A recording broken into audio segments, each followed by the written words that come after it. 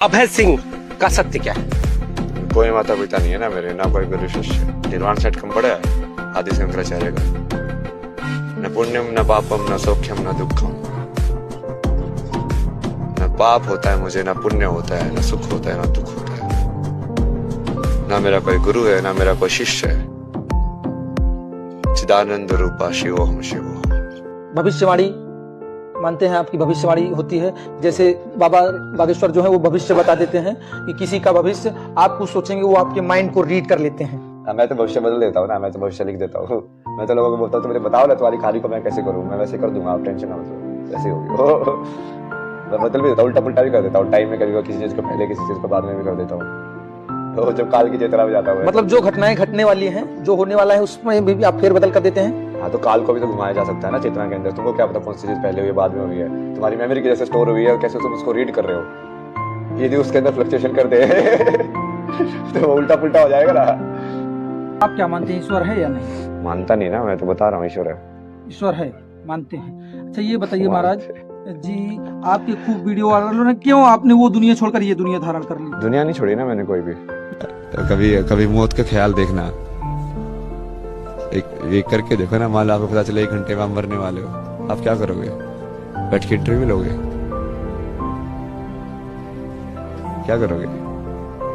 पता कहाँ चलेगा 1 घंटे में?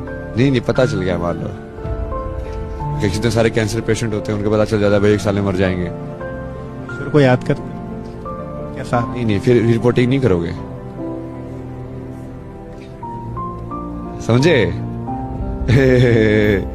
तो धर्म वो चीज है कि जब तुम ये पूरी नश्वरता को जानते हुए कि मैं अगले क्षण पे भी मर सकता हूँ, फिर भी तुम कर्म कर रहे हो और इतनी तल्लीनता से कर्म कर रहे हो, इतनी तल्लीनता से इस नाटक को जी रहे हो कि वो असली लगता है।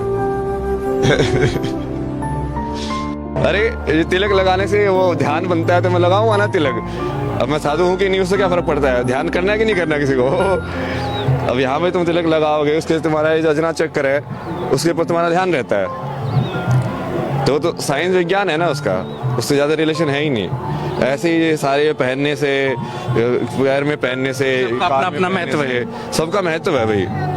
अब वो धीरे धीरे ठीक है, कुछ लोगों ने किया, वो थोड़ा परंपरा में ज्यादा आ गया कि हाँ तुम उसको कॉपी कर रहे हो, बट तुमको कॉपी थोड़ी करना है कि हाँ शंकर जैसे रहते थे वैसे ही रहना है। नहीं, वो वैसे क्यों रहते थे? इतना ज्ञान हो। कुंभ की नगरी, संगम नगरी और यहाँ की शान, यहाँ के साधु संत। और इस वक्त मेरे साथ मौजूद है अभय सिंह उर्फ IIT बाबा, जिसके नाम से आप जानते होंगे। लेकिन जरा लुक देखिए, बहुत चेंज्ड लुक में आप बाबा नजर आ रहे हैं। आपको मैं बाबा कहूँ या इंजीनियर साहब कहूँ, क्या कहूँ? कुछ मत कहो, बट कुछ नहीं कैसे कहोगे? कुछ भी कह लो इसलिए।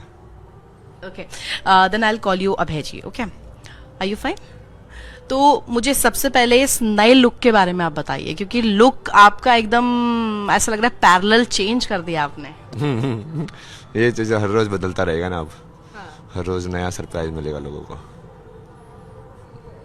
तो ये नया सरप्राइज आपने ये विस्फोट कर दिया एक तरह से कुंभ की नगरी में। पहले से आप छाए हुए हैं और अब इस लुक के जरिए भी जरा ब्रीफ करिए ना, क्या क्या चेंज किया? नहीं, जैसे शेव किया है, कपड़े जैसे। कर्म और भाग्य में क्या संबंध है? कर्म और भाग्य है, ऊपर से देखोगे तो विधान के हिसाब से, ईश्वर के हिसाब से तो सब भाग्य है। नीचे से देखोगे जीव के हिसाब से तो वो कर्म है। ध्यान करने का सही तरीका क्या है? ध्यान करने का कोई तरीका नहीं है वैसे। ध्यान तो लाइक उसमें लीन हो जाना है वैसे। धारणा करने के तरीके हो सकते हैं, तो ध्यान में तो तुम बाद में उस स्थिति में चले जाते हो। जीवन में संतुलन बनाए रखने के लिए किन साधनों का उपयोग करना चाहिए इंसान को?